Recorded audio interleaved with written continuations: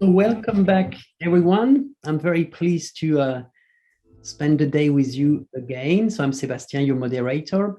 While participants are joining, I suggest we have a look at your great contribution from yesterday. You remember we were using a collaborative tool called Padlet that we're going to use again today. But that's very good to start this day to start remembering from day one. So you can read here the comments we had from yesterday. A lot of great comments about inspiring videos, great presentations. Someone saying that definitely it was very interesting to learn more how gender consideration are being integrated in disaster risk reduction in the Caribbean. So this is the kind of comments that really was appreciated by the team. Clear overview from Niels. We had a great presentation from Niels as well. I see also in the breakout rooms, people were highlighting the interesting insights. So you can refresh your mind by looking at the screen right now. We're sharing the Padlet from yesterday. For those who just joined, welcome back. We're just sharing the Padlet from yesterday, and here you can read some of the contributions that you put yesterday while we were having the event. We're going to kick off day 2 in a minute, so let's just give your colleagues 1 more minute to join, and again you can have a look at the Padlet right now.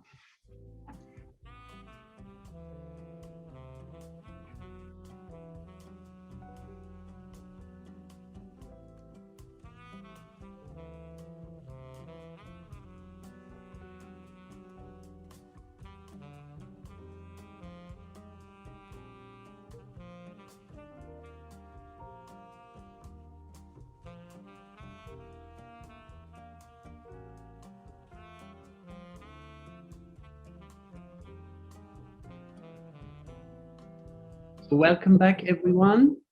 We're going to kick off day 2. So welcome back. I think we can start now. So welcome to the second day of the GFDRR Partnership Days event.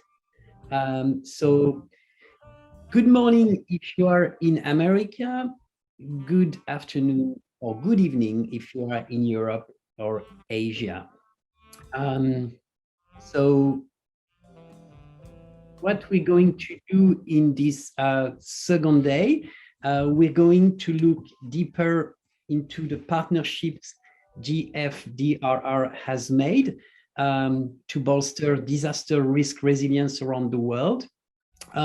Yesterday, we heard from GFDRR partners and beneficiaries about the impact that GFDRR's work has made to build resilience to climate change and is continuing to make through its technical and financial support. We learn more about some of GFDRR's specific work areas in the breakout room. So you remember, and we had some really great comments about the participation and discussions in the breakout room. So we covered areas like city resilience, digital health partnership, disaster risk analytics, hydromet and early warning systems, and nature-based solutions.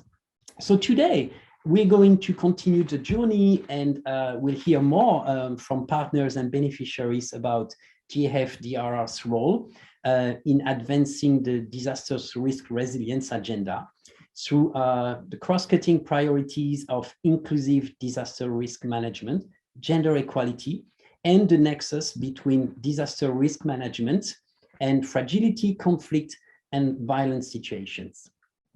Again, before we officially begin, I would like to start just with very quick housekeeping reminders. So this is, you're very well aware of it now. This today program is on a fully online platform. So we'll have videos, we'll have live discussions, and facilitated breakout rooms. So for your information, as you know, this event is recorded for note-taking purposes.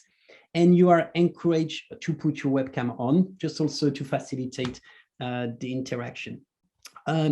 However, you know everyone is muted by default during the presentation, but as you experienced yesterday, you will have a lot of space for discussions during the live discussions and the breakout room sessions. Again, we're going to use Padlet to facilitate Q&As and discussions. So this is really a Twitter feed, like we started today by sharing the Padlet from yesterday. So the link for today is now shared in the chat. So just be aware that we have a different link for the Padlet today, and this link is shared right now in the chat. So use this one to share your comments, share your feedback, share your questions. You can do it anonymously, or you can leave your name. Actually, when you are asking questions, probably I would recommend that you put your name because we might not be able to answer all questions during the session. So just put your name close to your contribution when you are asking a question. All right, so we can get started. So first, I would like to introduce Sarah Charles, assistant to the administrator of USAID's Bureau for Humanitarian Assistance and USAID's GFDRR co-chair, who will deliver the opening remarks. USAID's Bureau for Humanitarian Assistance promotes resilience by preparing communities for disasters before they strike and by helping people recover and move beyond crisis. Sarah, please, welcome. Thank you, Sebastian. Good morning, good afternoon, and good evening.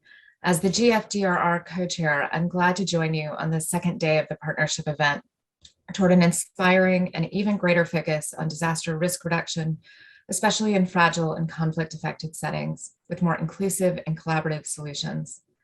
It is truly a tragic day as many of us woke up this morning to a new world with news of war starting in Ukraine. My heart is with the people of Ukraine, but it is also so important, even in light of this, that we keep focus on critical DRR investments. Over the past 10 years, UN appeals for humanitarian assistance have increased more than sixfold. Right now, we are faced with an unprecedented level of humanitarian need. This year, the UN is appealing for a record high 41 billion to help 183 million of the 274 million people expected to be in need. The compounding crises of climate change, conflict, and COVID-19 have led to devastating impacts for communities. In the Horn of Africa alone, 20 million people are facing severe acute food insecurity due to the combined effects of drought and conflict. The interplay of climate change, conflict, and COVID-19 makes people's lives even more precarious. In fragile and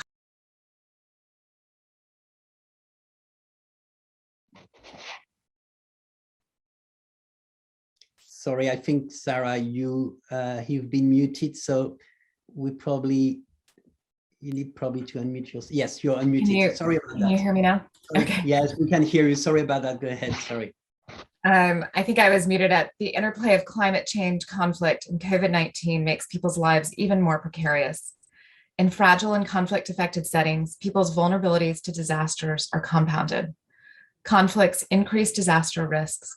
They push people to move into hazard-exposed areas and adversely impact people's physical and mental health, access to essential services, and ability to maintain livelihoods. We know that many of these disasters are going to keep coming. Fortunately, we also know how to reduce risks and get ahead of them. Most importantly, it takes a collaborative and inclusive approach. That's why GFDRR, together with its partners, is committed to maximizing the impact and scalability of inclusive interventions to address the most urgent needs caused by these disasters. While there's not one size-fits-all approach to climate adaptation and disaster risk reduction, or addressing compound risks, including conflict, we must pursue certain cross-cutting elements consistently. The promotion of diversity and inclusion, as well as locally led solutions, is essential. By adopting inclusive approaches, we help ensure communities, and especially women and marginalized groups within them, can meaningfully participate in disaster planning and risk implementation. We also strengthen the capacity of communities and governments to reduce risk and achieve resilient and sustainable outcomes. In the GFDRR, we are looking to further expand our partnership and promote knowledge sharing between governments, communities, civil society, academia, and the private sector, and collaborate and learn from each other, much like we are doing today at this event. In USAID's Bureau for Humanitarian Assistance, we're learning every day and working to make our responses and DRR programs gender transformative by centering them around women and girls. Within USAID's climate strategy, we have specifically focused on enabling and empowering women and youth in all of their diversity and partnering with Indigenous peoples and local communities to lead climate action.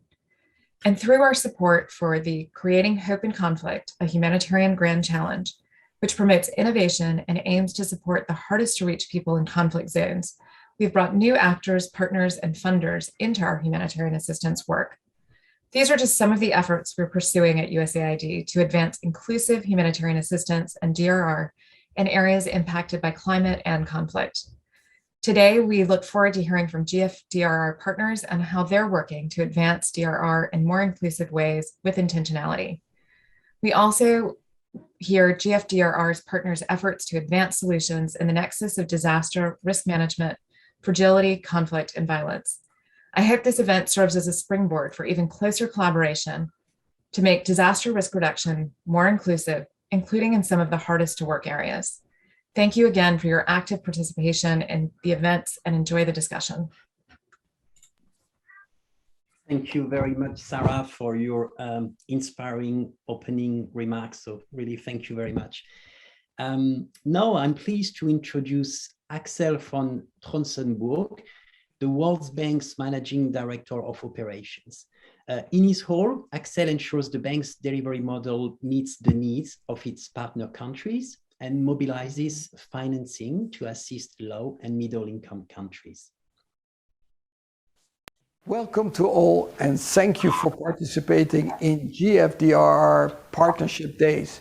Resilience and disaster risk management are at the core of the World Bank's group mission to end extreme poverty and promote shared prosperity. Resilience and disaster risk management are at the core of the World Bank's group missions to end extreme poverty and promote shared prosperity. Why? Because disaster hurts the poor and the vulnerable most. Disasters can wipe out years of development gains in a matter of seconds. Many of these vulnerable people live in the 74 of the world's poorest countries, those served by the International Development Association, the World Bank's Fund for the Poorest Countries. It's ironic. The poorest people in the world contribute the least to climate change and yet suffer the most from its impact. Over the last decade, IDA countries have been hit by nearly 8 times as many natural disasters relative to the 1980s. Small island development states and fragile and conflict-affected countries also face high climate risk for unique but equally pressing reasons. But to thrive and compete in the rapidly changing post-pandemic world, IDA countries must simultaneously address increasing climate impact, strengthen resilience to shock, and seek green and inclusive growth. Responding to such challenges require collaboration and knowledge sharing across groups and borders, and IDA has been providing such leadership to help countries adapt to climate change and mitigate impacts of disasters. In FY21, 60% of total climate finance was for adaptation, and IDA helped 62 countries institutionalize disaster risk reduction as a national priority. GFDRR has been supporting such efforts by IDA and the World Bank for more than 50 years to bring resilience to scale. GFDRR strategically focuses its grant funding in areas where there is a high likelihood of mobilizing additional development financing to increase impact. The most recent example of GFDRR and the World Bank collaboration is in Tonga, following the devastating volcanic eruption and tsunami on January 15th that sent tsunami warnings as far as the United States. We moved swiftly to disperse an initial $8 million funded through IDA to address Tonga's most urgent needs. This was made possible because of a disaster risk financing mechanism that was already in place, supported by technical assistance from GFDRR. GFDRR's grants are also supporting the World Bank's assessment for damage, reconstruction, and recovery needs. The rapid assessment report showed an estimated 90.4 million in damages, the equivalent of approximately 18.5 of Tonga's gross domestic product.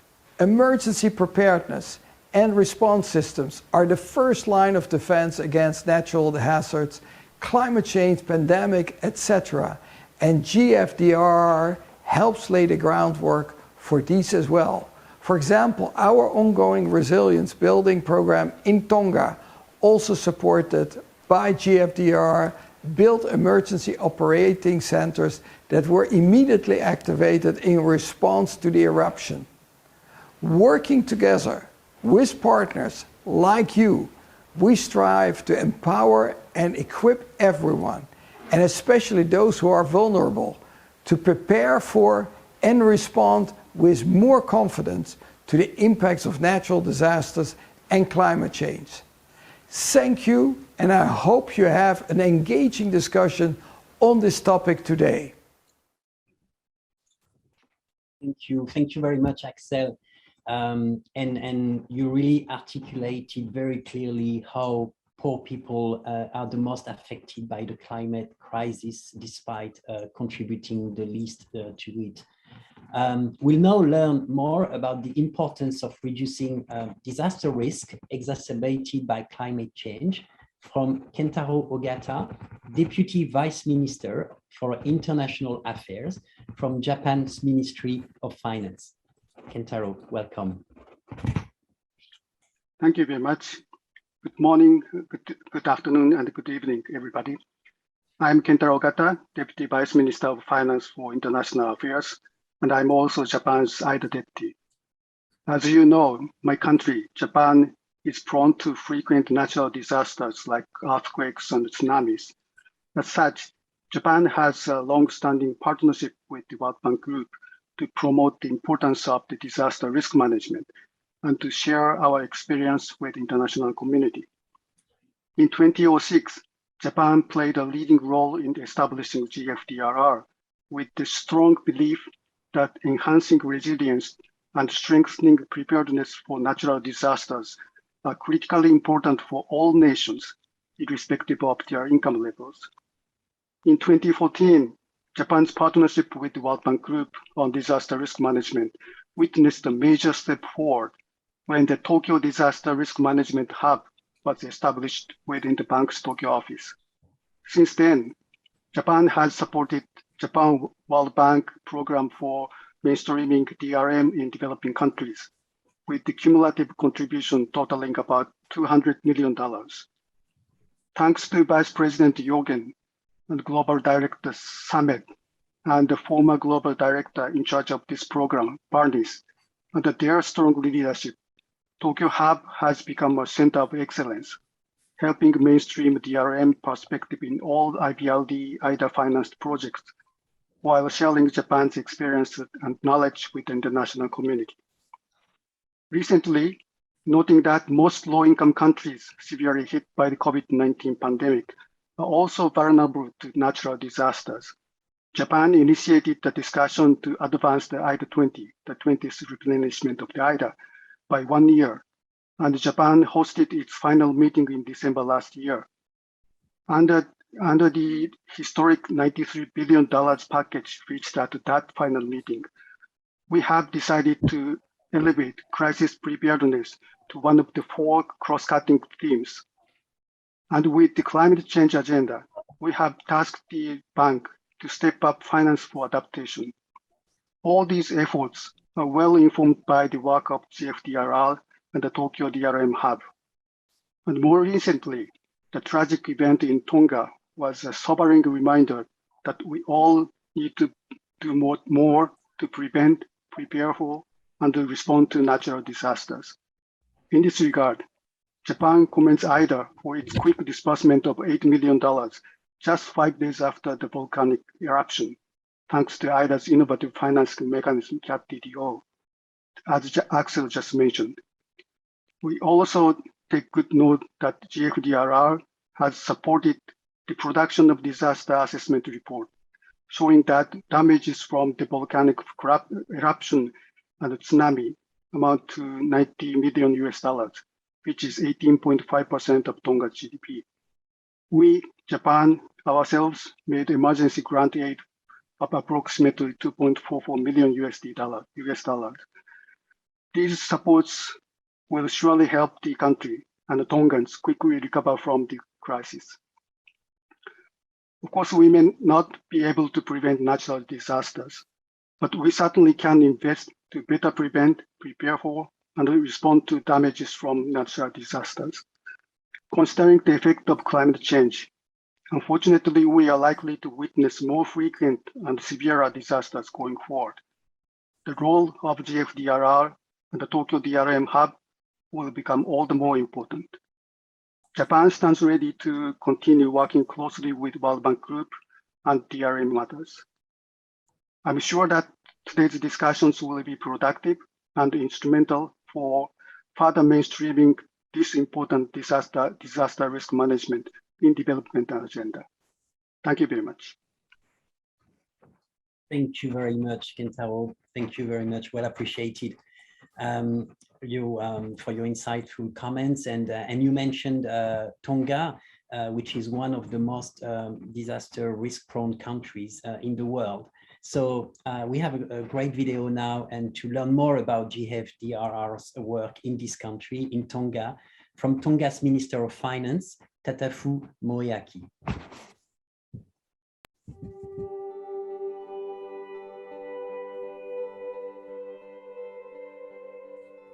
The World Bank President Malpas, Managing Director Excel, country representatives and distinguished colleagues. My name is Tatafu Moeaki, the Minister for Finance for Tonga, and very pleased to speak regarding the World Bank Global Facility for Disaster Reduction and Recovery. The facility is highly relevant to Tonga, the second most exposed country in the world to climate change and natural disasters. Tonga suffered the highest loss from natural disasters and is among the top 5 in the world over the last decade. And in my view, probably for the next 10 years with the recent volcano eruption and COVID-19 challenges. Our economy relies on agriculture, tourism, fisheries, and our infrastructure and public services are largely not climate resilient. The population lives in coast and places highly exposed to natural disasters, and our development needs are still substantial. The International Monetary Fund estimated in 2020 the government requires an annual budget surplus of around 5% to be able to fund disaster reduction needs. The global facility supported technical assistance for Tonga on safer schools, early warning systems, housing resilience, and tourism recovery. In 2018, the global facility supported the development of damage assessment and disaster recovery framework post-tropical cyclone Kita. The global facility also helped Tonga to access an $8 million TDO, which government drew down immediately following the volcano eruption last month. Prior to that, the global facility built capacity of government in multi-hazard early warning systems and infrastructure, including the construction of 2 outer islands operation emergency operation centers, and including radio communications equipment and emergency stockpiles. The Tonga volcano eruption in January 2022 sent a plume of ash and gas more than 35 kilometers into the atmosphere, generating a tsunami across the Pacific. The event, considered once in a thousand years event, was violent, a frightening experience, exposing our evacuation and transport infrastructure inadequate for mass evacuation and heavily congested populace with ashfall. The energy and power generated was estimated equivalent to 10 megatons.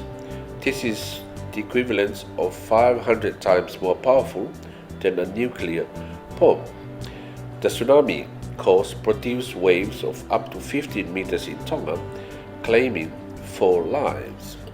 With the global facility support on the grid, it has been helpful to quantify the damage, estimated at over 90 million US dollars, which is equivalent to just over 18% of our GDP.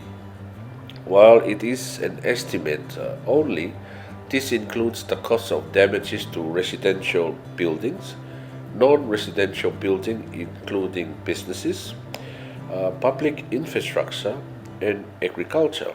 The estimated damages exclude non-asset damages and loss of income. As for our next steps, a Building Back Better approach is under preparation by the government through its disaster recovery framework to strengthen the resilience of Tonga's people using the global facilities technical assistance. We look forward to the continued collaboration with the global facility to support our government's planning for the long term, to identify tail risks and transformational responses in the short term. For example, ensuring adequate and resilient transport infrastructure for evacuation and consistent disaster risk reduction activities. Tonga's capital, Nuku'alofa, is mainly less than 1 meter above sea level, which suggests the need to consider long-term adaptation horizons and transformational responses, such as resilient design standards for housing, relocating, and migration from at-risk areas. While this may seem a long way off and divert resources from immediate risks, some of these transformational responses will need action now. And to conclude, Mr. President, I'd like to confirm on behalf of the Government of Tonga the highly relevance of the global facility for disaster risk reduction to Tonga as a small island state and most vulnerable to climate change and natural disasters in accordance with the rating of the World Disaster Report. Thank you very much.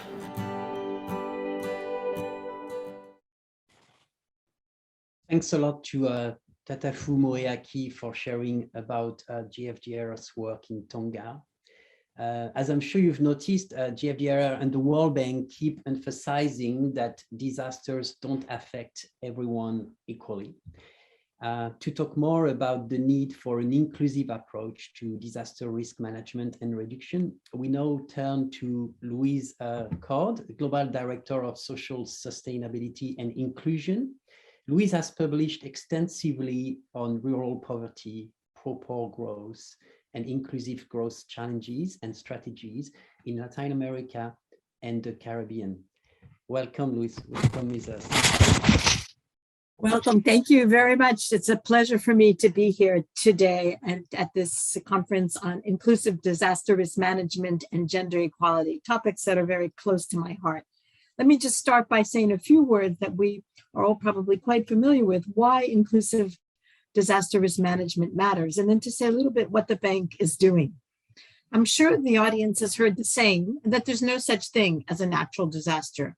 And we've all seen the evolution of DRM terminology move away from natural disaster to natural hazards or just disasters. Because what makes a natural disaster may be triggered by an outside natural phenomenon, what makes it a disaster is really up to us. So much of vulnerability that people face reflects social, economic, and political factors and goes beyond the natural events. We know that women, children, persons with disability, indigenous peoples, migrants, and sexual and gender minorities are disproportionately affected by disasters and natural phenomena. We've seen in Liberia that increased flooding and drought has impacted agricultural women and reduced their income, increased their household burdens, making it more difficult for them to send their girls to school and to reach markets, and also raised levels of gender-based violence as increased stress from the disaster events and increased climate change. We know that persons with disabilities have higher rates of mortality and morbidity of 2 to 4 times higher during a disaster event. And we saw that Indigenous people died at twice the rate of non-Indigenous people during COVID pandemic. So it's not just the impact of the event itself, it's also how the recovery happens. We're seeing all too clearly right now in the recovery from COVID that it's a very uneven recovery as access to resources to build back better, as access to markets, as access to government support is very uneven, and often disadvantaged groups face much harsher conditions.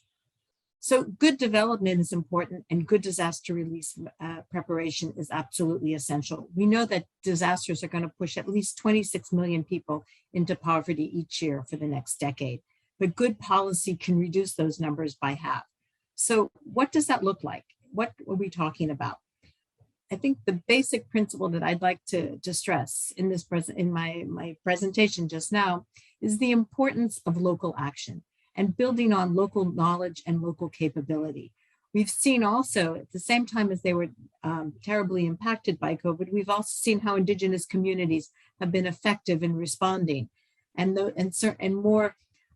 some communities have had even lower mortality rates in Indigenous communities than those in urban areas because they've been able to build on their Indigenous knowledge, and they've been able to develop masks, hand sanitizers, disseminate information. We also know that Indigenous communities are developing their own responses to climate change. GFDRR has a long history of supporting action at the local level against climate change, and we have and to respond to shocks. Partnering with communities, though, requires that we scale this action up further, and GFDRR is doing this together with IDA, and we're really proud to be part of it. The Commission, the Global Commission on Adaptation, came up with 8 principles for local action, which stress addressing structural inequalities that drive climate vulnerability for marginalized groups, including women, youth, Indigenous peoples, and persons with disabilities. It also stressed investing in local institutions and capability, and integrating the scientific and Indigenous knowledge around climate adaptation. So at the bank, we're working to scale up financing, which right now at the local level, only about 10% we estimate of climate finance reaches local communities. We're using interventions such as GFDRR. An example is the work we've done in Indonesia together around persons with disabilities, building capacity in Central Java to cope with, to help local communities better integrate persons with disabilities into their climate response. We're also working with our community-driven development instrument, which is about an effective instrument of expanding capability and investments at the local level to enhance resilience. The portfolio right now is around $30 billion and presents important potential to scale up. A recent example of a project that was highlighted at the COP, where there was a lot of demand for local action to strengthen inclusive climate responses and disaster risk management, is in Kenya, where we are supporting the capacity of country governments to work in partnership with communities to understand climate risk and to identify solutions together, while at the same time getting access to climate resilience funds to expand their institutional and infrastructure capabilities and technical talent. The program recognizes that resilience is much more than about technical solutions and makes sure that progress focuses on involving participation with communities and with vulnerable groups in those communities to make sure that they're part of program design. This is the first program in Kenya, FLOPA, of its kind. We're looking to expand it to other communities. We have a commitment under IDA to work in at least 15 countries to expand this type of innovative local financing, together working with our colleagues from GFDRR to build out on how to intervene at the community level directly with marginal groups to help them build resilience to shocks. I hope this gives you a brief sense of what we do. We're now really fortunate to have a distinguished panel that we can hear from and learn more from their experience working with GFDRR to build a capacity for vulnerable groups to be resilient to shocks. Back to you. Thank you. Thank you very much, Ruiz. Thanks a lot. This is really eye-opening, so really thank you. You mentioned Indonesia, and to illustrate the importance of inclusive disaster risk reduction, we have a video actually showing Indonesia and Romania and how they are taking steps to ensure their disaster risk reduction initiatives include marginalized groups and people with disabilities. This video features partners from these countries. So from Romania, we have Paul Moldovan, City Manager of Bucharest District 6 City Hall. And from Indonesia, we have Astriana Harjanti from the Ministry of Public Works and Housing.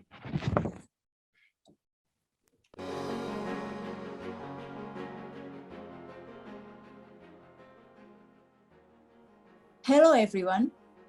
Central Sulawesi was impacted by a series of catastrophic disaster events in September 2018, including a magnitude 7.5 earthquake followed by tsunami waves.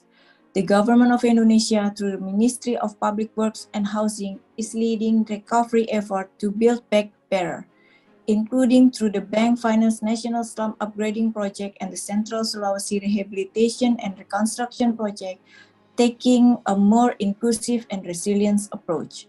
With the Technical Assistance Program supported by the Global Facility for Disaster Reduction and Recovery, or GFDRR, the integration of social inclusion and gender equality has been achieved through the incorporation of universal accessibility design and standards in both design and construction phases.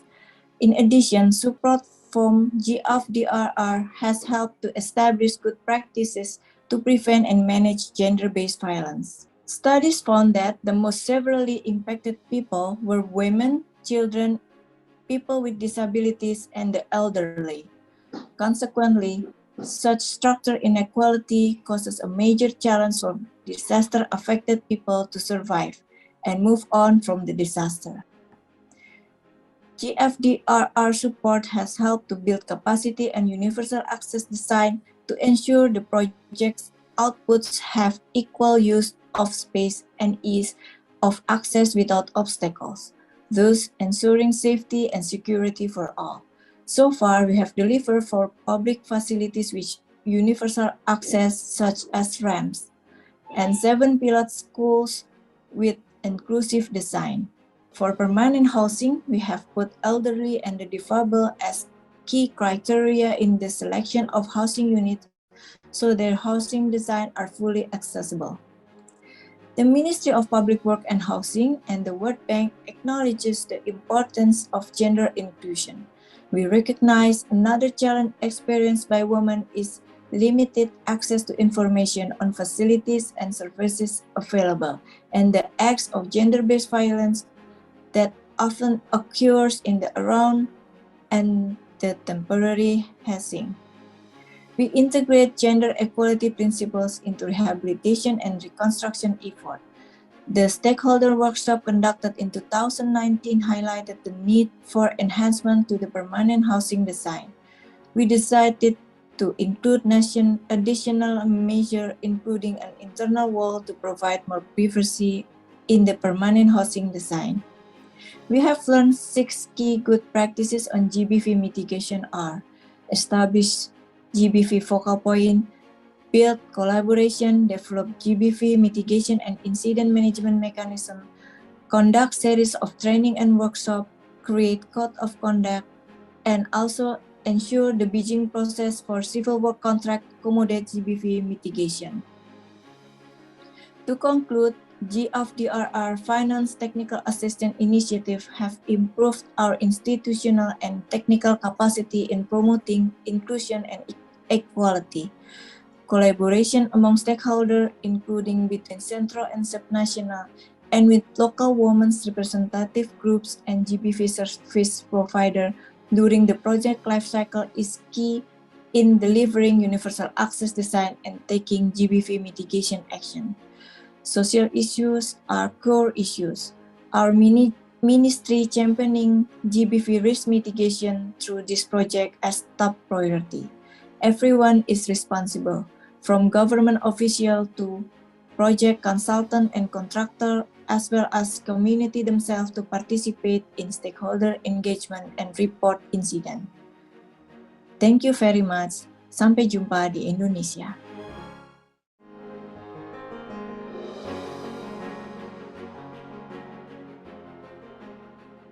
După ce termin gimnaziul, vreau să mă duc la un liceu bun, mai departe să mă duc la facultatea de drept și să devin avocat. Vreau să mă fac actriță. Să termin liceul și mai târziu să dau la facultatea de drept. Mie îmi place biologia pentru că sunt pasionată de corpul uman. Mi-ar plăcea să fiu doctor. Pasiunea mea este fotbalul, îmi place de când eram mic copil. Să ajut eu, să știu eu că zâmbesc ceilalți ca să pot zâmbi și eu. Hello everybody, thank you for inviting us to your event. As some of you know, Bucharest is among the top capitals in Europe facing natural risk disasters like earthquakes especially. So given this risk that we all acknowledge, public authorities here, we tried to find and finance programs that will address this risk and build more resilient public buildings. Amongst these buildings, special place and a priority for us are the schools and also kindergartens, who are actively looking for opportunities to finance and move on with these projects. This is where the initiative of the World Bank came, together with the GFDRR, with their project for risk and resilience of public buildings, and we included 2 of our schools in this program. They are schools located in challenged social environments with challenged, let's say, vulnerable groups. So we are focusing beside the aspect of risk to seismic disasters and also for green purposes, environmental purposes for these buildings. We are actively focusing on building inclusive environments in these schools.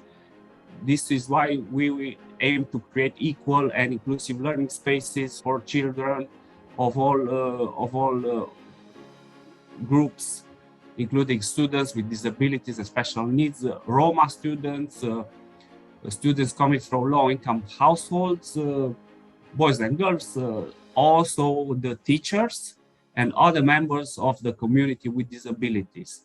So the redesign of these educational spaces will also, we say, reduce the absenteeism, let's say, for these schools and encourage the young members of the community to come to school and be educated. So thank you very much again and all the best. La revedere. Thank you very much. There are very interesting lessons to pick up from this video, and I hope you were able to pick up some. So now I will invite Luis back to facilitate the discussion with GFDRR partners and donors. So from Romania, you will recognize Paul Moldovan, city manager or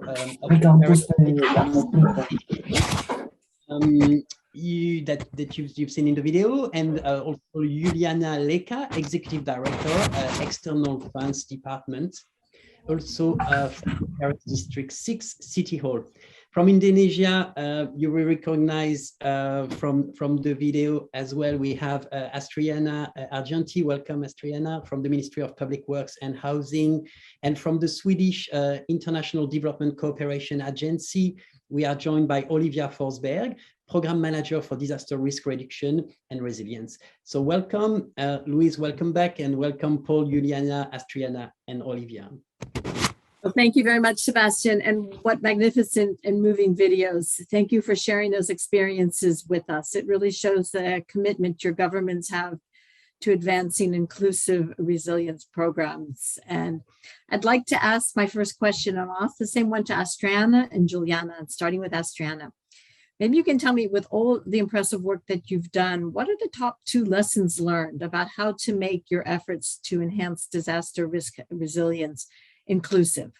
If you had to pull out, 2 lessons that you would want to tell another country, what would those be? Over to you, Astriana.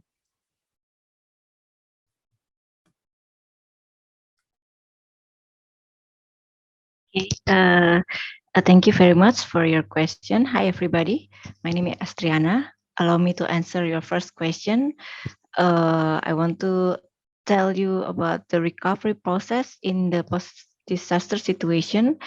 Can either be an opportunity to improve social inclusiveness or worsen the pre-existing inequality. In Indonesia, we have a lot of experience dealing with the social inclusive issues in post-disaster situation, as an Indian Ocean tsunami in 2004, Yogyakarta earthquake in 2006, and Mount Merapi volcanic eruption in 2010.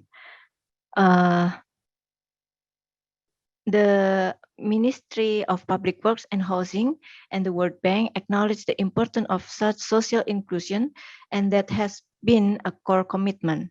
As such, both institutions are committed to integrating social and inclusive principles into rehabilitation and reconstruction effort. Following the earthquake and tsunami in Central Sulawesi, in September 2018, we recognized the need to address social inclusion in the post-disaster context in 2 main key areas. The first is to prevent gender-based violence, or GBV, risk in project activities, and the second to plan and design infrastructure that is universally accessible, enhancing safety and security for all ages, abilities, and gender. Besides that, a knowledge gap is one of the challenges in introducing inclusive disaster risk management in Indonesia. Ministry and Public Works continuously deliver capacity building during the implementation of the team at the higher level and the local government. Thank you. Thank you. Thank you very much, Astriana. I think that you also stressed something that I think is absolutely critical, is the risk of gender-based violence during disasters. So thank you for highlighting that and the need to have the infrastructure to be accessible. Very critical. Let me turn to Juliana and ask you the same question. What would be your advice? What are your lessons learned from your experience to date? The top 2. Hello, everybody. Nice to see you and to meet you today. To be very short to your question, first of all, as a lesson for us is to involve the community in all the projects that we have in our district in Bucharest, and to go further, not just to stay to the infrastructure, but also to discuss with the community and involve children and also the teachers in the process. So as a community, we need to build together all this and to learn and to go further with the lesson learned for the next generation. Also very important, okay, where we have as a responsibility to assure the infrastructure for the education, not to be involved in the education process as it is. But we are doing some campaign together with the schools in order to educate people, children, and also their families, to learn how to face all the challenges in their lives. So I think for us, these are very important lessons. First of all, to involve the community, to discuss with them, and to hear what they are saying. And the second is to go further, not just to have the infrastructure, but also to build the knowledge, the competencies, and to, let's say, draw a good future. Thank you.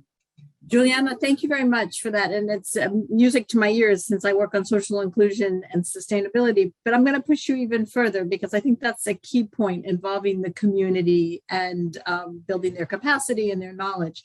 But what efforts would you say that you've done, particularly on the inclusive side, to reach out to vulnerable groups in that process?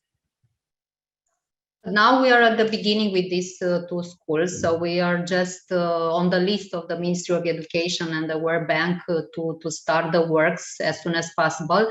But when I said that we involve the community, we go in the community together with also my colleague Paul Moldovan, and not only visit them, discuss with them what they want. For example, in November, we organize in schools some visits, and we consult the children in the community regarding the schools, how they want to have the school organized, what kind of recreation facilities they want to have, and we discuss with them and we take into account what they are saying. Thank you, Juliana. Maybe I'll turn now to Paul to ask him a bit of some of the challenges. So in this process and on the ground, what do you see as some of the challenges that you face in enhancing resilience of the local schools and of the local communities? And what would you like to see from the partnership with GFDRR to address these challenges? So a two-part question. What have been the challenges, and what kind of partnership, how is the partnership to help address them, and how could you see it enhancing that support going forward? Thank you, and hello again. I hope you all hear me. Yeah, we have a number of problems in that community, unfortunately, and it's not just about the schools. It's actually a vicious circle of missed opportunities and chances from the community. So we are working on a multiple level approach to these communities, and this is this initiative of improving the education environment and resilience of those buildings is just one facet of the problem, and we are working to ensure other kind of infrastructure and services for these communities, and work together with, for example, NGOs that are very active in that field and identifying the proper policies and instruments that we can use in order to involve the community and make them responsive to our initiatives, and also for us to be able to identify the actual problems, not the problems that we believe exist there. So this is one aspect, and as Juliana said, we are talking pretty often with the communities there, and we are taking action also as a public authority to improve the entire environment governing those communities from an infrastructure point of view, with let's say parks, improving roads, improving the access to utilities, because this is a major problem for these communities that we have there, is the access to the public utilities. So we are working on that also. And we are approaching other schools or kindergartens with projects that will improve the environment for these kids and for the teachers. And we are actually working with the World Bank on another initiative in that community, and a third or fourth school or kindergarten. So we are coming and we are approaching the problem from a lot of angles, let's say, and we hope that we will be successful. Thank you, Paul. I mean, I couldn't agree more that resilience requires an inclusion.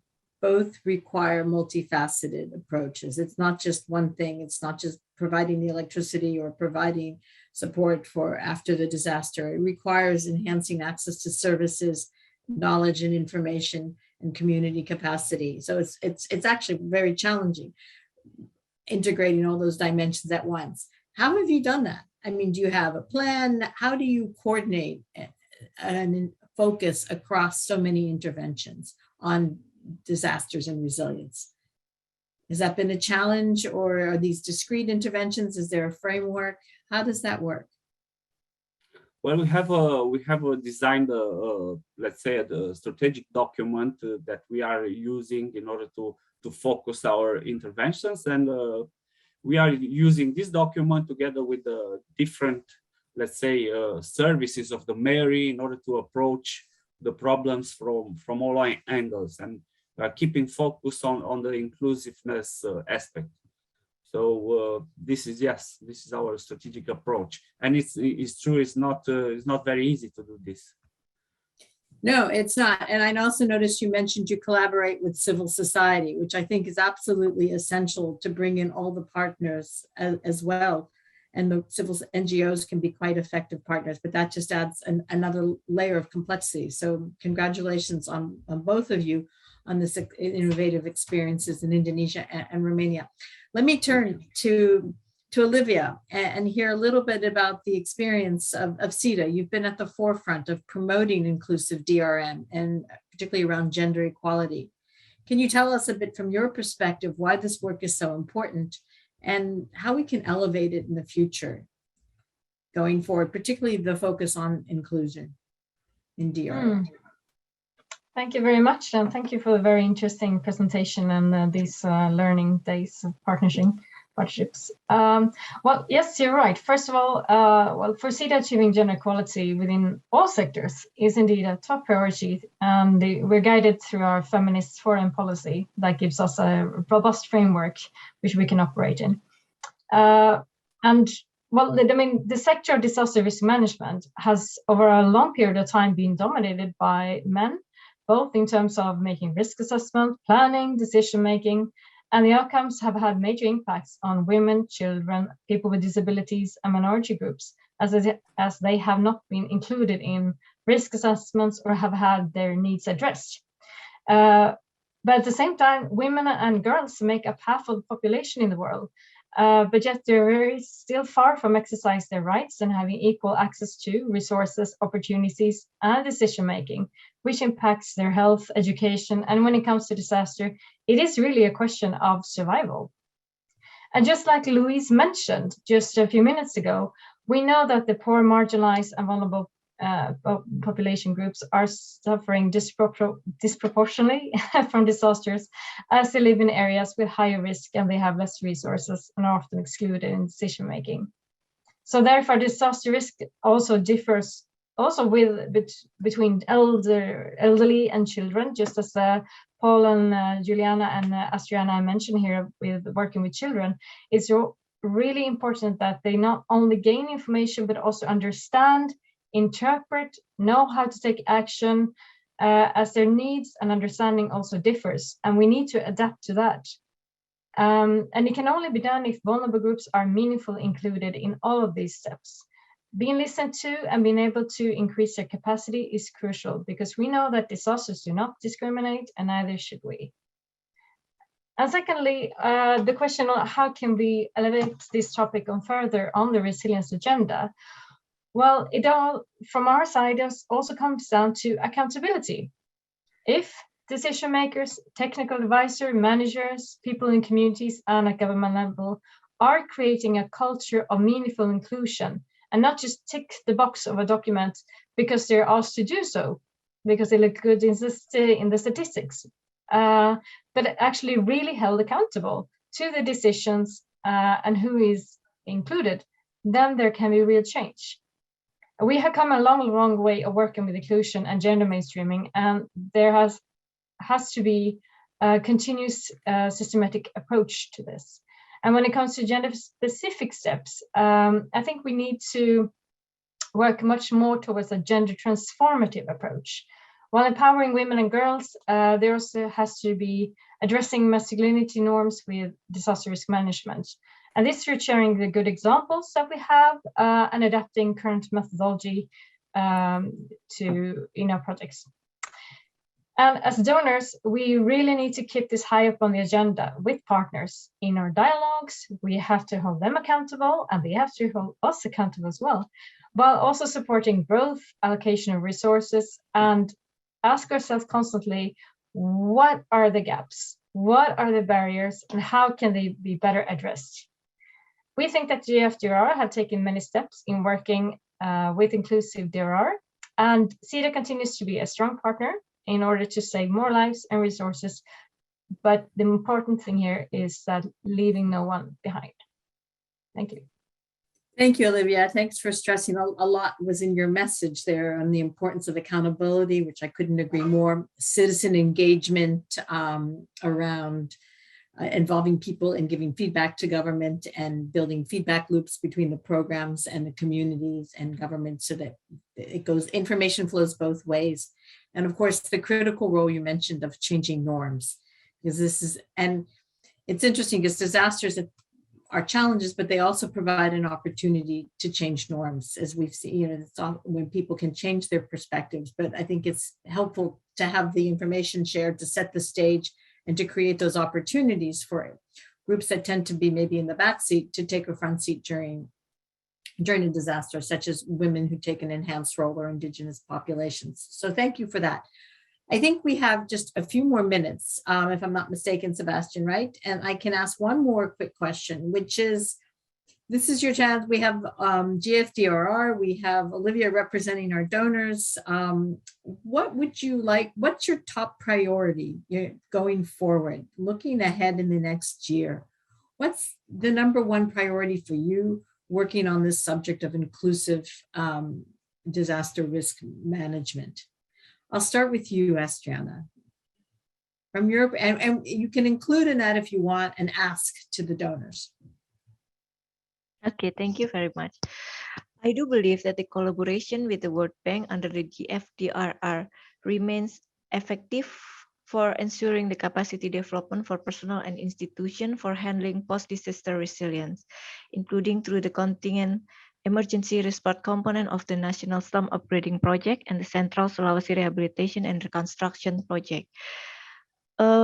The support also includes seismic engineering and strengthening, environmentally sustainable design by developing universal design guideline, design audit checklist, technical training, and technical review of World Bank finance infrastructure. We hope that we can improve the field-based expert in strengthening stakeholder capacity through training, and so we can increase our capability to make build back better. I think that's it. Okay, no, thank you. Yes, technical assistance, we need that.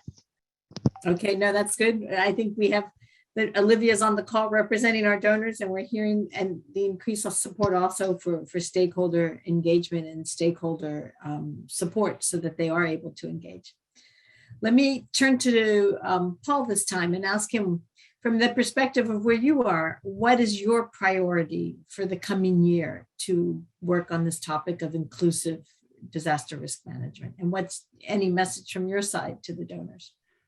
Yeah, we are looking forward to actually start working on these two schools and maybe establish some priorities for the next ones. And we are planning, and we are looking forward to planning our capacity for investment together with the support from the GFDRR, and see how many units or how many people we can help through these programs. But rest assured that the mayory will all involve financially in these initiatives, and we will for sure continue our investments in these communities, not only schools, but also the essential infrastructure, and also the most importantly, the services that we can provide to that community.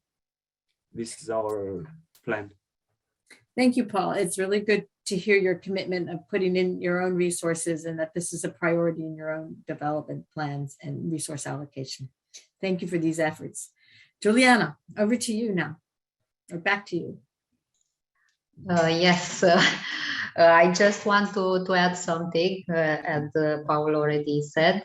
As priorities for us is also the education part. I'm coming back to the education because I think through education we solve a lot of problems on long term.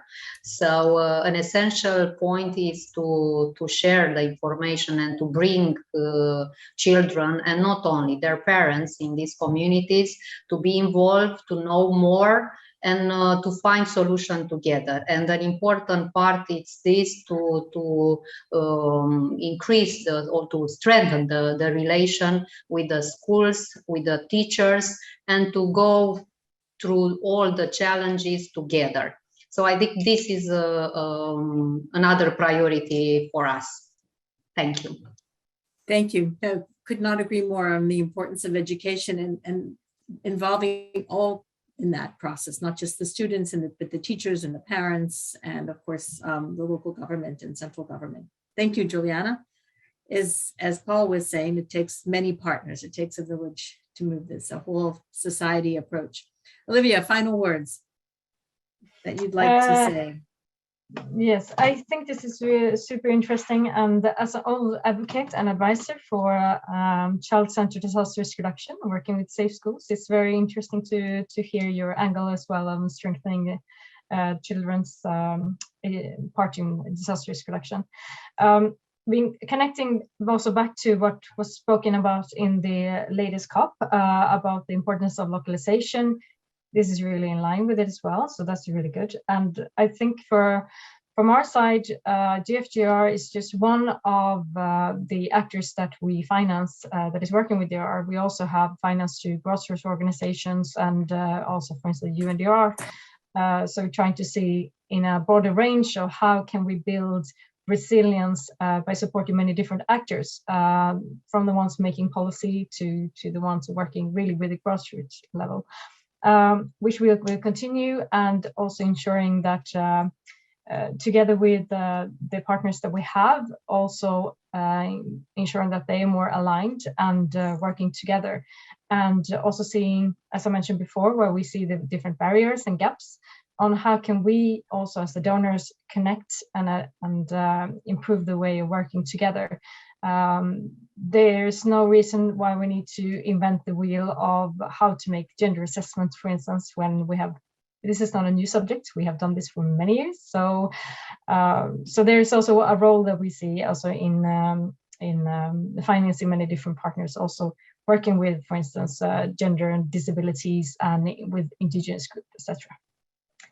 Thank you. Thank you. Thank you very much, Olivia. And I'm really actually truly heartened by this panel to see the act. We talk a lot about local action, and we talk a lot about the need to involve different groups and to involve different partners and to learn from one another.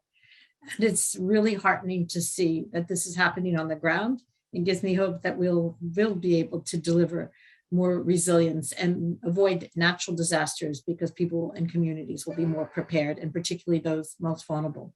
So huge thanks. Hats off for your efforts. Congratulations on your work and for your partnership with the bank and with GFDRR and other donors as well in this effort, as Olivia underscored. And let me turn it back to you, Sebastian. Sorry, we're a bit over. No, thank you very much. Thank you. Thank you, Louise. Thank you, Olivia, Astriana, Juliana, and Paul. Very well appreciated. So as Sarah expressed in her opening remarks today, disaster and conflict risk have a symbiotic relationship. This dynamic makes it even more urgent for GFDRR to ensure that disaster risk reduction initiatives take into consideration the context of the country they are operating in. So we now turn to Bernice von Bronkhorst, Global Director for Climate Change at the World Bank, to hear about the nexus between disaster risk management and fragility, conflict, and violent situation. Hello, everyone, and welcome to this session. And of course, thank you very much for inviting me to speak on this really important topic of the nexus between disaster and conflict. And countries that are associated with fragility, with conflict and violence, what we call the FCV countries, often face a really heightened risk from disaster because government capacity is weakened.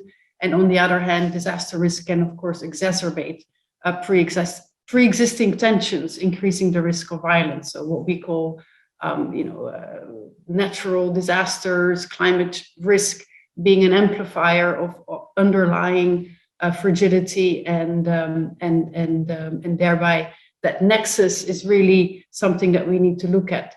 On top of this overall vulnerability, of course, again, we're looking at the impacts of climate change, and really looking at how this multiplies the risk for countries dealing with conflict in both the immediate but also in the long term.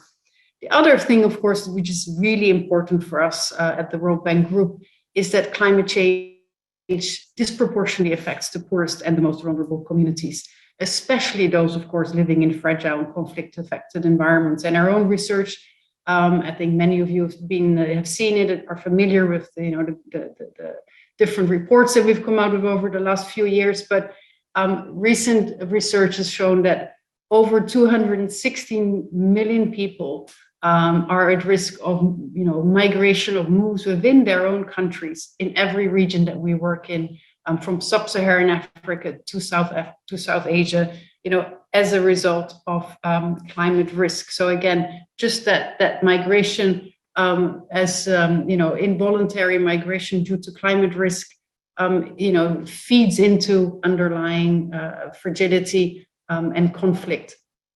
So really, the starting point is that you really cannot have an approach that considers disaster risk in isolation. And that's why both the World Bank and GFDRR really considers disasters, conflict, and climate as interrelated factors and have an integrated strategic approach to deal with them. Compounded disaster conflict risk is a cross-cutting theme in both the new GFDRR strategy for 2021 to 2025, as well as the World Bank's 2020 FCV strategy. And these documents really underline the World Bank and GFDR's commitment to helping countries and communities tackle the intersecting risks of conflict and disasters as they strive towards a more resilient future.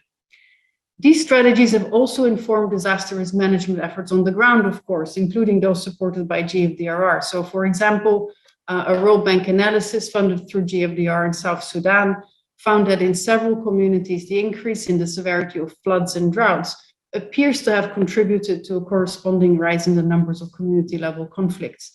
And that is, of course, not a big surprise to those of us who are working on this in the day-to-day.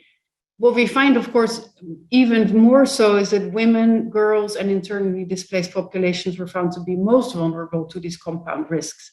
And this analysis is expected to then inform the development of the country's disaster risk management strategy. And this is just one example, of course, of how we do have to roll out this kind of work in the other fragile countries that we're working in. GFDRR is also increasing its investments in FCV countries over the years, including through its analytic work, precisely because of how critical the nexus between FCV and DRM is.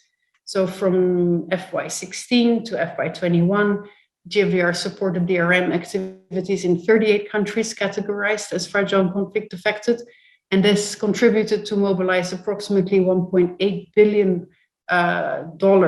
US dollars in funding through World Bank investments. The bank has also really enhanced its analytical capacity to engage in fragile situations through its risk and resilience assessments, which have now become the primary diagnostic tool informing and shaping FCV sensitivity in country strategies. But there's, of course, a lot more that can be done on this agenda, starting with the recognition that disaster conflict nexus warrants serious attention, and that's why today's conversation is so important. So there's a need for more funding to better understand how hazard, shocks, and stresses interact and how they impact policy making and resource allocation. And really also, the sort of starting point is that strengthening analytical and evidence bases will be absolutely a must to develop a dedicated and targeted policy and strategic framework that can then translate into concrete actions on the ground.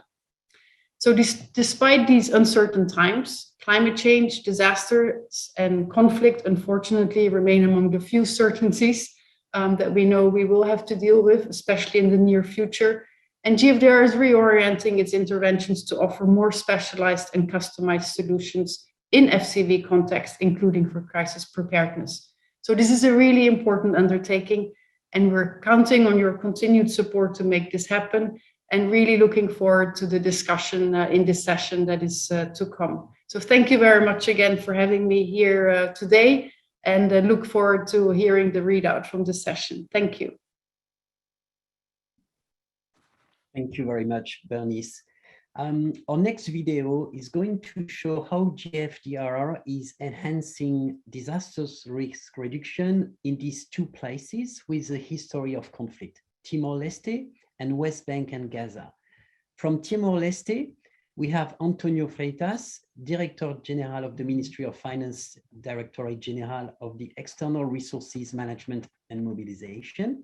And from West Bank and Gaza, we have Hayman A. Abu Shaban, GIS Director of the Gaza Municipality.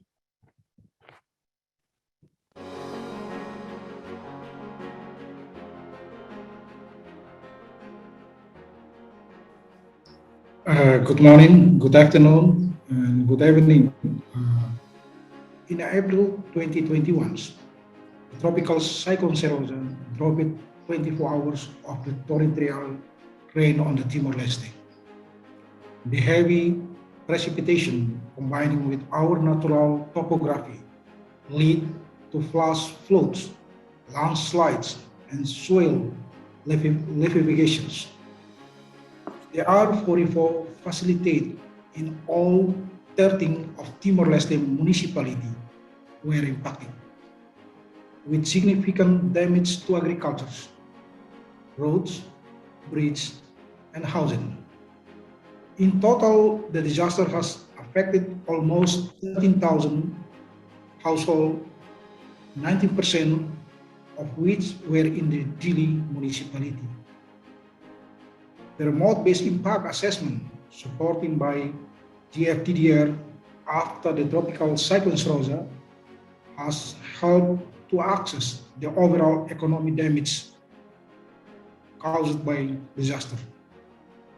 The assessment determined the damage to agriculture, roads, bridges, and housing alone was $245 million.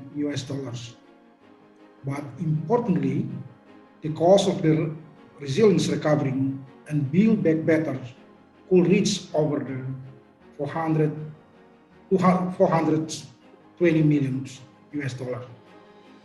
However, we are now presenting with opportunity to strengthen our resilience to natural disaster by building back better. We will require looking beyond the immediate post-disaster recovery program to enhance the system, institution, and the infrastructure to becoming stronger, more inclusive, and more resilient. Ladies and gentlemen, the GFDRR report highlighted the 5 key lessons for the governments of Timor-Leste. First, we need and increase the understanding of Timor-Leste disaster and climate risk. More effort can be made to mainstream the disaster risk management into key sectoral policy such as agriculture, transport, housing, and urban resilience. We can reduce and mitigate the risk, dose reduction, the cause of feature of disaster. We can identify the opportunity to build the regional partnership, especially for multi-hazard early warning system. An integration and then systematization of approach is needed, such as combining traditional flood control measure with the nature based on the solution. We hope to continue our collaboration with the GFDRR and look forward to working with the World Bank team to implement several planning activity in Timor-Leste. Thank you very much. Obrigado.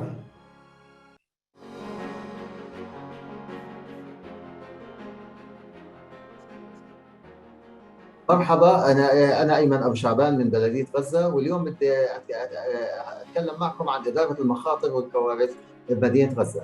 بلدية غزة بتواجه تحديات كبيرة بمجال إدارة المخاطر والكوارث نتيجة للموقع الفريد لمدينة غزة كمدينة ساحلية تقع على الحد الفاصل بين قارة آسيا وأفريقيا، على فاصل زلزالي بيتعرض للزلازل كل 100 عام تقريبا، ومع ملاحظة أنه الزلزال الأخير كان عام 1923.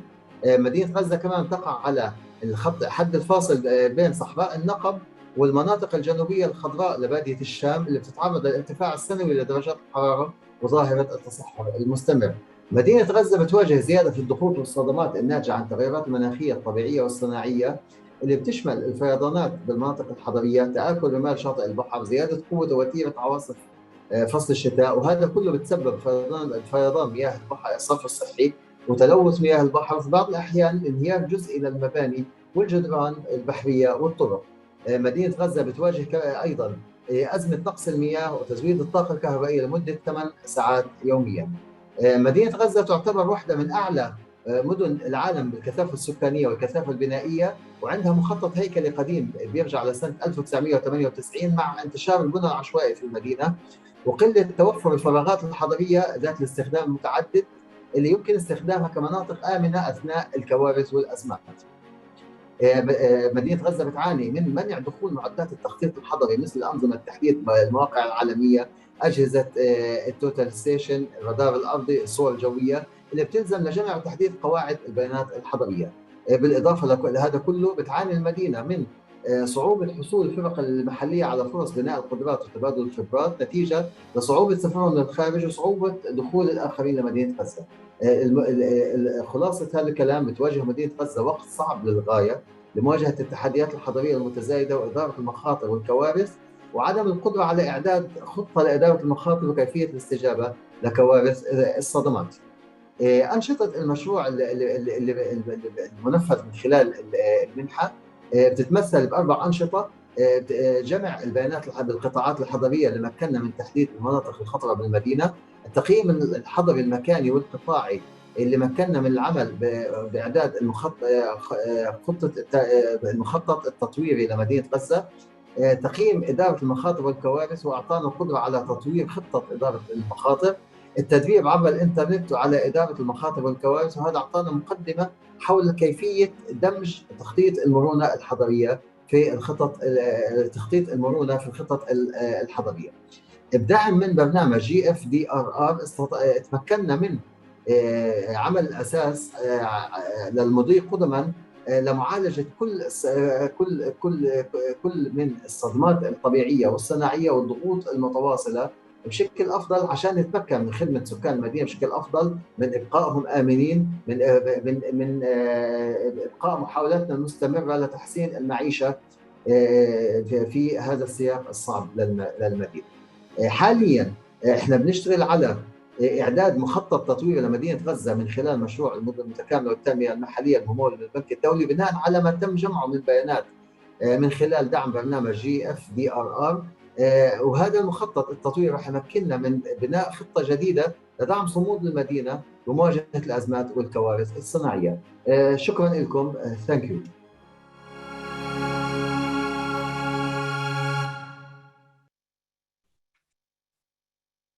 Thank you very much. This video is really a perfect introduction to our next live discussion. So let me invite Ayas Parvez, GFDR's lead disaster risk management specialist, for a deeper discussion with GFDR partners and donors about this topic. Ayas is a seasoned practitioner with extensive experience in post-disaster and post-crisis needs assessment. Ayas has also a lot of experience in designing and implementing disasters and crisis recovery projects. He leads the Disaster Conflict Nexus program at GFDRR, as well as its resilience recovery team. Ayas will be having a conversation with first Ayman A. Abu Shaban, GIS Director of the Gaza municipality. Ayman will be speaking in Arabic, and we'll have Rafif Abdelhazek, Urban Development Specialist at the World Bank Group, to translate for us and contribute to the conversation as well.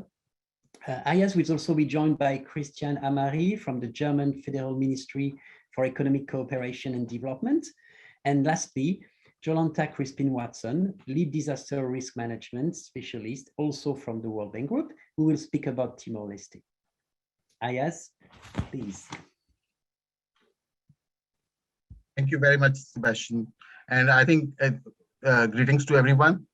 So we had a series of very good and insightful messages from Bernice and followed by insightful videos.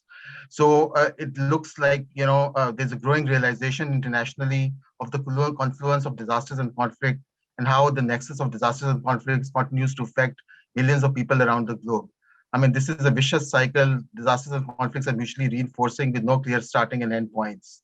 My own experience of working in these situations, particularly in Africa, tells me that there's a lot of customization, innovation that is required in terms of devising DRM and disaster risk management and recovery solutions in situations of conflict, fragility, and violence.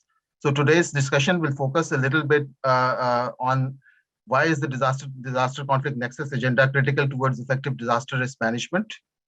How can the disaster conflict nexus agenda be further mainstreamed in policy making, in financial resource allocation, and in planning? What are the key issues and challenges faced by countries in dealing with the nexus, with the overlay of disaster and conflict, and what are the lessons learned, in doing effective DRM work in conditions and situations of fragility, conflict, and violence? And finally, how can GFDR promote effective partnerships to scale up this agenda to a wider and greater range of FCV countries? So that's really the context of this discussion, and I'll start with Ayman. So Ayman, interesting presentation. Thank you very much for that. So as communities elsewhere strive to build resilience in the context of fragility, conflict, and violence, what are the key lessons learned and your experiences that might be helpful in resilience building in the context of fragility, conflict, and violence? Ayman? Rafif, can you translate? Rafif, you need to translate. ايمن نفس الاسئله فابدا بالجواب. اوكي تمام. تحسين انا حجاوب بالعربي واسيبك الترجمه معلش. تمام. مرحبا شكرا لكم على هذا اللقاء اللي تعلمنا منه تجارب سابقه كمان في لدول ثانيه. تحسين الجاهزيه للمخاطر والكوارث هو امر مهم لكل المدن، واجراءات التعامل مع هذه المخاطر والكوارث بتساعد البلديات والهيئات المحليه على الاستجابه للصدمات والاضطرابات اللي ممكن تحدث وغالبا ما بتاثر على الخدمات. عشان هيك لازم نستغل المنح والفرص بان نشتغل وفق خطه شامله تتكامل فيها كافه الانشطه والمشاريع اللي بننفذها وتوصلنا لنقطه فيها ممكن نتوقع الكارثه اللي ممكن تحدث، ممكن نتدخل قبل ما تيجي هذه الكارثه باجراءات بتقلل من اثرها وبتقلل من تكلفه التعافي منها. الكوارث الطبيعيه والصدمات مش بس بتاثر على المناطق الامنه، خلينا نسميها، حتى المناطق الهشه بتحتاج انها تكون قادره لانها تتعامل مع هذه المخاطر والكوارث. I'll come in now. So good morning and thank you very much for this opportunity to participate, through which we also learned about other countries' experiences. They've been following the sessions since early morning. So just to say, improving preparedness to hazards and disasters is important for cities.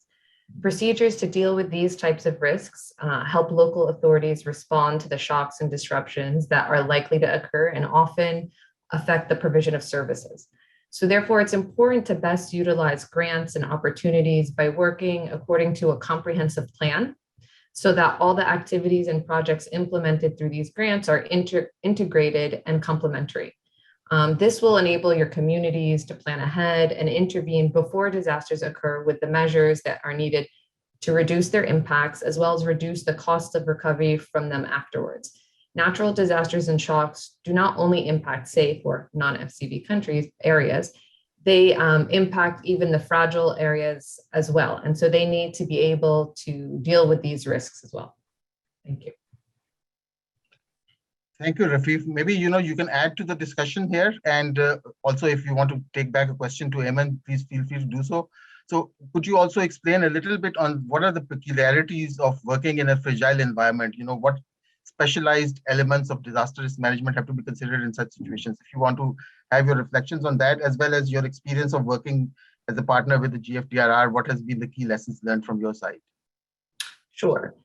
So working in a fragile context really requires quite a bit of flexibility and adaptiveness, and you have to be ready for the context to shift rapidly or overnight. But at the same time, you can't forget the fact that as Bernice, I think, already highlighted, that most of these areas actually need the support most to be able to prepare for these kinds of disasters and shocks, because they don't have this lens included within their programs or within their way of thinking. They're basically just trying to get the basic services or support to their citizens as needed, and really need the support to bring in this lens and approach. And so that's what we try to do with this grant. So the GFDR grant that we utilized through an ongoing bank operation was really strategic. The overall bank project objective of the project that we were doing is to improve the capacity of urban areas to plan for sustainable future growth. And it's supporting Gaza City in tackling urban planning and city development challenges. However, the project really supports both West Bank and Gaza. And so therefore there's a limited envelope for Gaza City, especially when compared to the high number of challenges the city's facing. So the targeted support that we were able to bring in through the GFDRR grant really enabled this. It's a very key city, which actually serves the highest population in the Palestinian territories. Through this grant, we were able to help them leap forward ahead in the work by bringing in this lens of disaster and climate resilience, which had not been tackled before. And so by coming in early on, this focus on disaster mitigation was adapted and informed the downstream activities, like identification of priority investment areas. So I really believe that the partnership between the bank and GFDRR really kind of fosters synergies in the work on the ground with the client and in the cities. So the grant had multiple parts and created added value and impact for the work we already had ongoing that we were supporting Gaza City with. So the main project activities are building on the foundation that was established under or brought in through the GFDRR grant. And given, as we've been discussing, that the context and the operating challenges, even for the bank in this region, are very complex, the strong support and I'd say flexibility and guidance that we had throughout the process from our GFDRR partners really enabled us to adjust the activities in the face of these unexpected issues, which did arise, and enabled us to really tailor it to the context in order to continue to meet the client's needs. And this is really what working in FCV is about. As a TTL, I'm grateful that the GFDRR grant supports teams to take on the challenge of FCV and to introduce this lens, which is often missing in these contexts, this lens of disaster and climate resilience, to introduce them into the activities, which is really needed. Thanks. Thank you very much for the comprehensive response. I think it was very insightful. Would Ayman like to add anything to that, or before we move to the next participant? Sure. Ayman, الأسئلة إنه كيف الوضع إنه تشتغل بهذا الجو، هذا الكونتكست، كيف لازم تكون تزيد تكون flexible بالجواب، وكيف ليش لازم تجيب هذا اللينز على الشغل، لأنه الوضع عندكم كتير صعب. إذا بدك تزيد أي شيء. معلش رفيف، أنا آخر شيء بس ما كنتش معك، بس إيش عفواً؟ إذا بدك تزيد إشي قديش مهم تجيبوا هدول الأفكار، هذا الشغل، هذا اللينز على الشغل اللي أنتم بتسووه، لأنه المنطقة عندكم كتير خطرة. صحيح، احنا عندنا كمية المشاكل اللي ذكرتها أنا بالفيديو كبيرة كتير وبتحتاج لتدخل كبير، فعشان هيك مش ممكن تيجي، يعني لازم تكون تكامل أنشطة ومشاريع مترابطة بشكل كبير مع بعض، عشان نقدر ان احنا نحد من كميه الاخطار والمشاكل والصراعات اللي احنا بنشوفها وطبعا يعني الصراعات كثيره، يعني من ضمنها نقص خدمات، من ضمنها حاجات كثير انا شرحتها بالفيديو، لكن بنفس الوقت عشان نحد من كل هذا الكلام احنا بحاجه لانه يكون عندنا مجموعه انشطه ومجموعه مشاريع بشكل متكامل بخطه كبيره. الخطه الكبيره احنا عارفين مشاكلنا، لكن نفس الوقت بنحتاج للمساعده في حلها.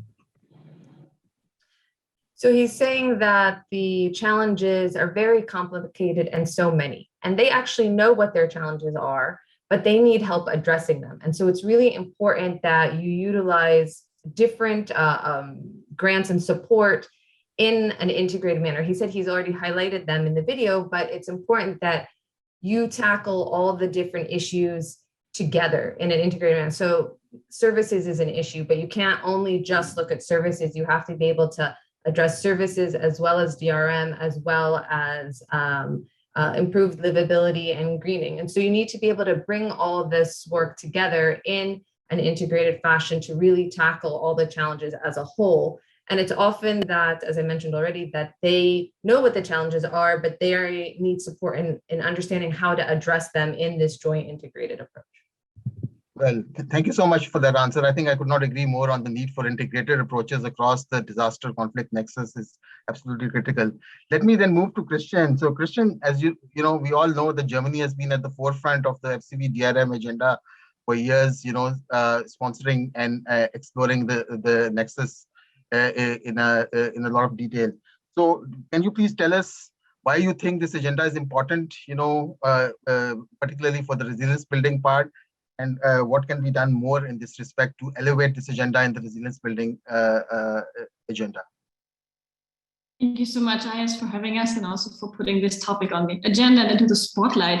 I think the why is quite easy to answer because numbers tell us the last decade alone, the number of major violent conflicts has tripled. And 80% of the people affected by disasters live in fragile context. So this gives us also already the rationale for having to act here, and disasters also act as risk multipliers in fragile contexts. So they place a further burden on people that are already affected by difficult circumstances, and communities there already have a lower capacity to react because of the struggles they're in.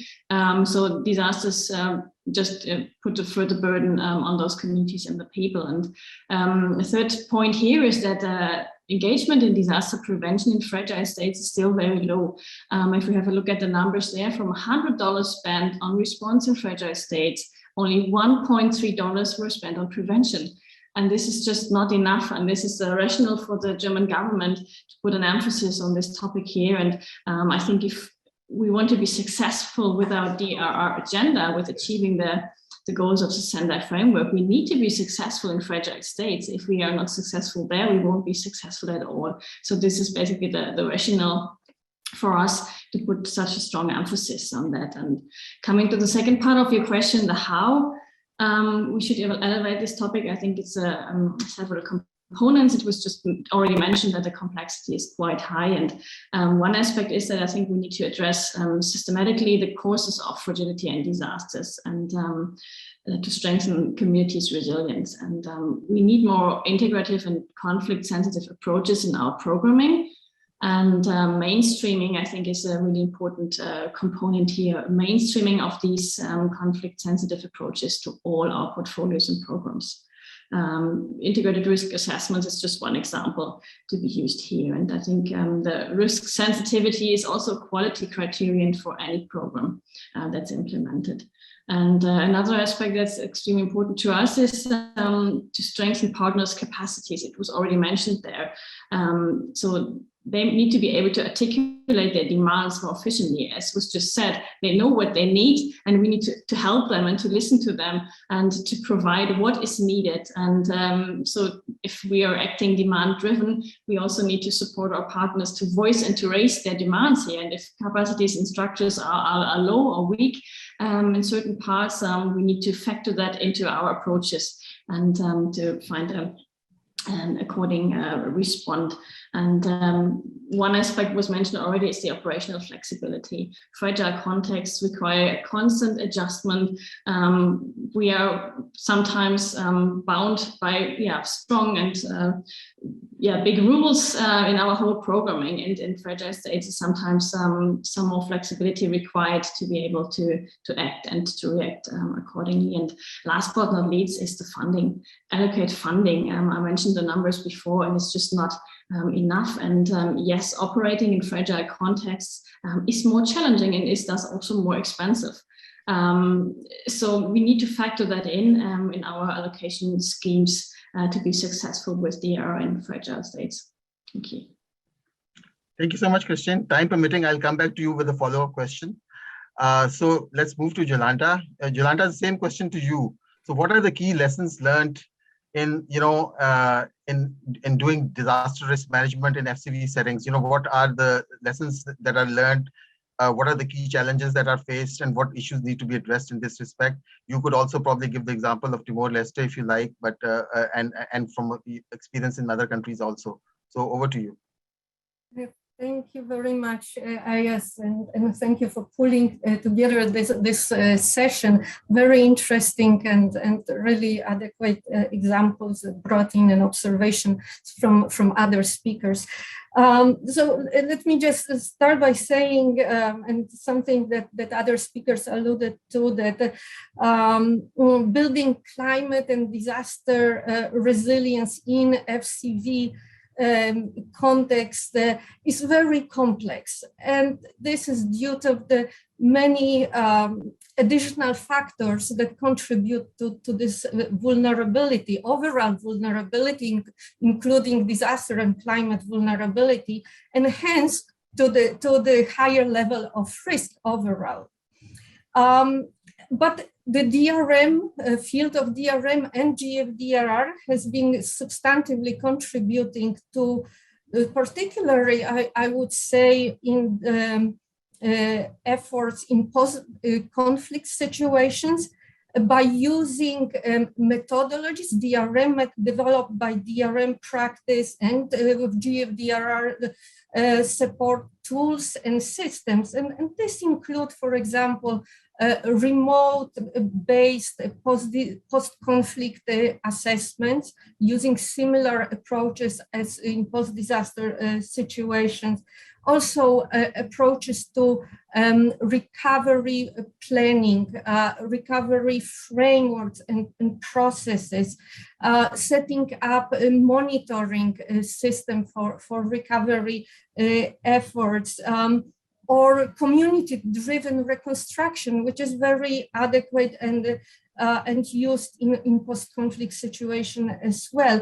And I think the whole concept of building back better that has been so much mainstreamed also in FCV context, and ex-ante approach to risk assessment, and this time taking into account multiple risks. So I would say GFDRR support and DRM field has been really evolving and bringing closer to this nexus and addressing those needs in FCV context. But one few other points I wanted to mention that especially DRM has been helping, and both in post disaster context in FCV countries, but also in resilience building by kind of contributing as an entry point to broader institutional reforms and capacity building in various sectors, because DRM is kind of cross-cutting, obviously, field, and particularly in such sectors as health, education, transport, housing, and hence also contributing to state building and peace building. From example, in Timor-Leste, and we've seen presentation on the most recent event, a tropical cyclone and impact on country. In the other engagement the recovery and resilience built and led to much broader investment, for example, in the transport sector, because this is where we have been supporting resilience and recovery, and transport is very often very much affected. Also, this type of investment can also lead to better capacity at subnational level and to empowering communities. So much important in FCV context as well. Again, drawing from example in Timor-Leste, I would mention support from the World Bank and also GFDRR as well to community-based disaster risk management and resilience building. This is where communities located along the main road corridor in Timor-Leste were taking decisions on small-scale investment in resilience and in implementation of them. For example, building of emergency shelters, which serve also as community centers, while the national government could focus on bigger investment in roads, which serve the same communities.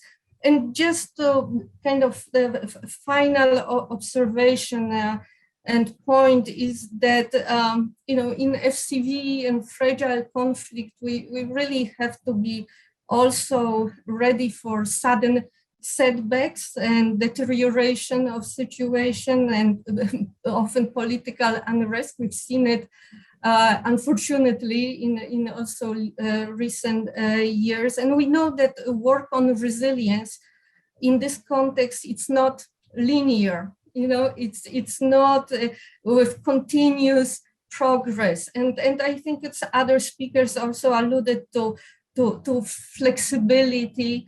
And I would say patience as well. Sometimes the progress can be painfully slow, but even small gains on this road leading to long-term outcomes are really important. That can also lead to transition out of fragility. Thank you. Back to you. Thank you so much, Yolanda. Thank you so much, Yolanda. That was extremely insightful. I learned a lot. So I think we don't have time for another round of questions, and I don't think even I have time for summarizing the discussion. But I'd like to thank the panelists for most insightful remarks. I learned a lot, and I hope others learn too. So with this, I'll move back to you, Sebastian. Thank you very much, everyone. Thank you very much, everyone. Thank you, Ayaz. Thank you, Ayman, Jolanta, Christian, and Rafif. And sorry about the time constraints. And still, thank you. We learned a lot from the discussion. So thanks again. We're going to have a break in a minute. Just before that, like we did not last week, yesterday, we actually will share with you a link in the chat if you are curious to know already about the breakout rooms, the different areas that will be covered in the 5 breakout rooms. So there is a link in the chat, and you can already get more information, and that can help you decide which breakout room you're going to join. That will happen after the break. Now we have a 5-minute break, so please enjoy the break. See you in 5 minutes.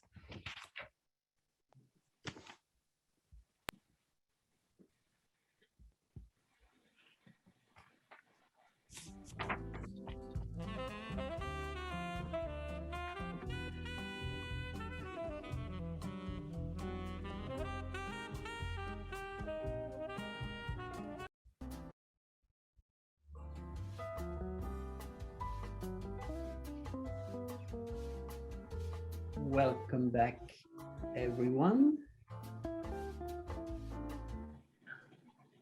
Welcome back. I hope you were able to enjoy this short break.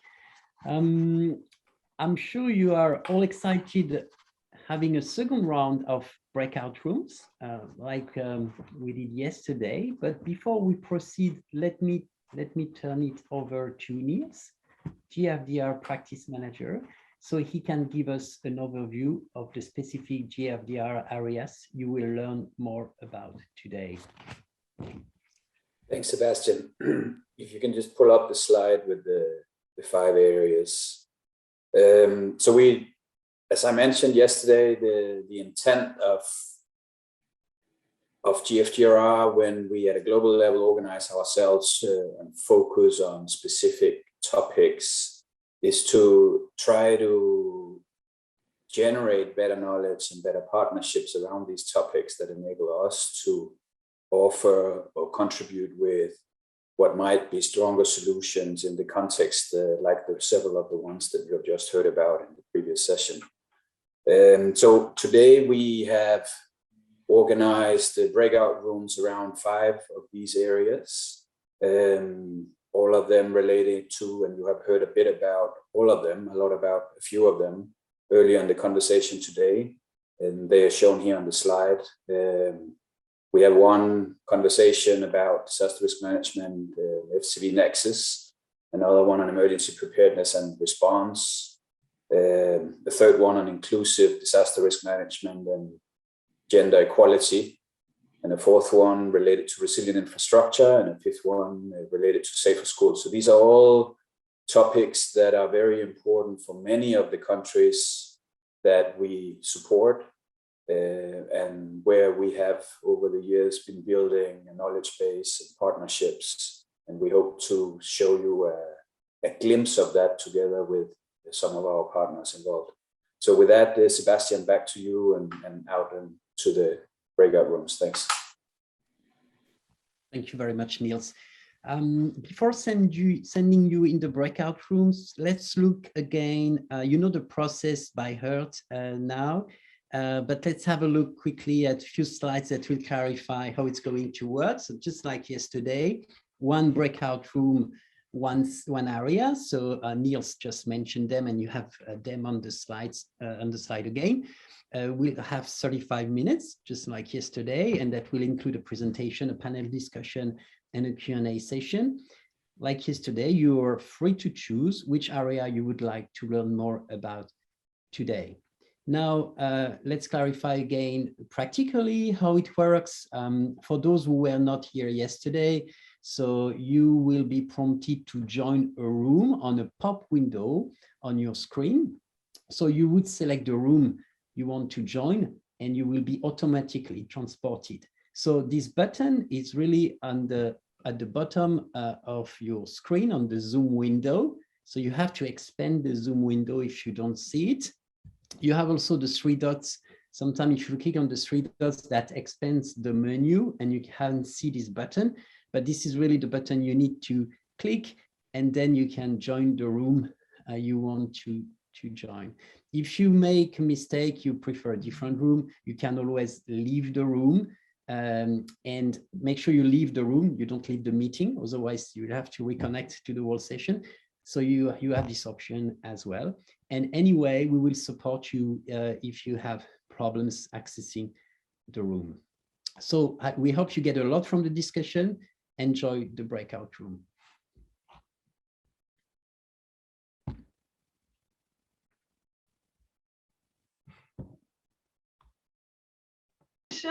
Immediately. Dr. Shekhar, apologies for that. I think this happens automatically. Okay. I was also surprised what happened.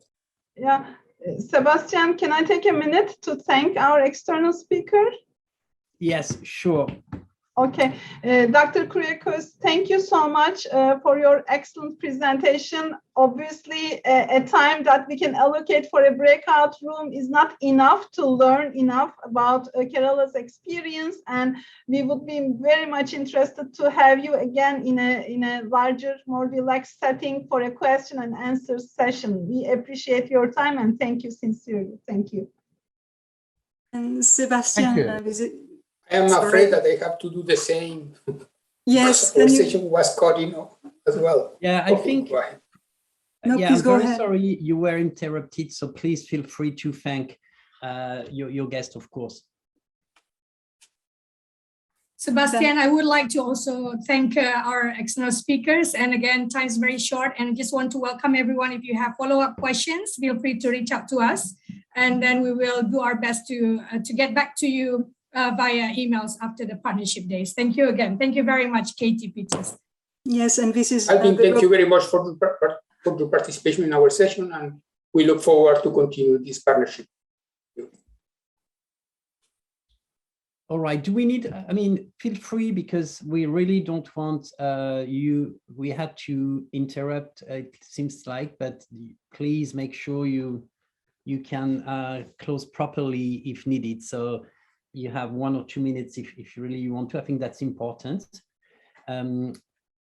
So is everyone back, I think? So I will hand over to Niels for some closing remarks, and welcome back and sorry about the short time.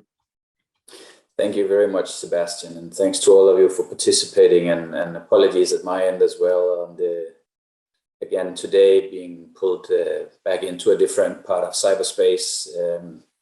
I guess we all adjusting to the possibilities this online meeting technology gives us, and the difference with actually being in a room together. Hopefully soon we can do this kind of event and be in a room together or in several rooms together, and again benefit from the human-to-human direct interaction and the possibilities that offer us.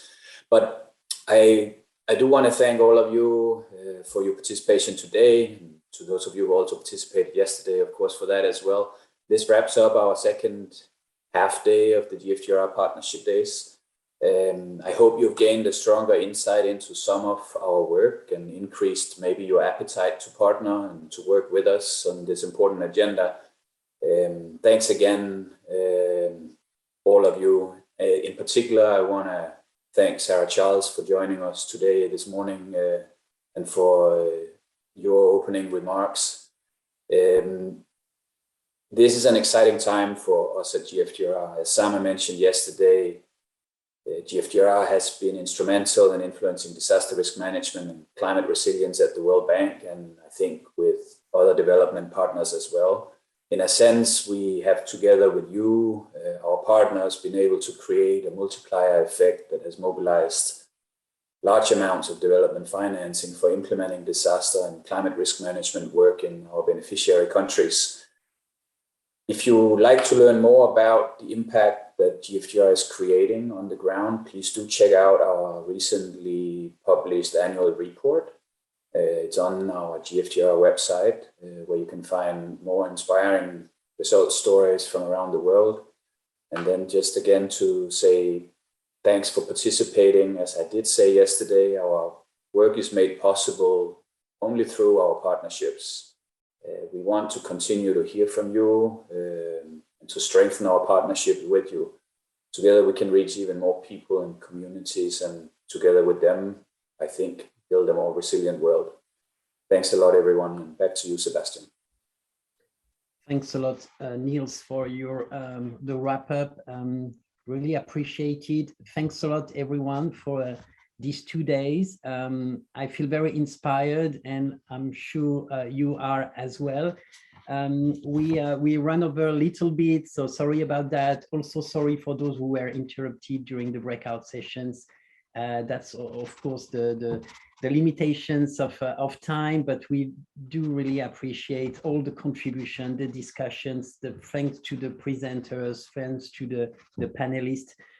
Thanks to the organizers, so really appreciate the work, and thanks to everyone for your great contribution. We give you actually a last opportunity. If you want to share your final impression, you can go to the Padlet. There you can actually see the contributions from your colleagues, and you can also see, and you can actually also put your last contribution. So thank you very much. I really appreciate the time with you guys, and all the best. Thank you very much.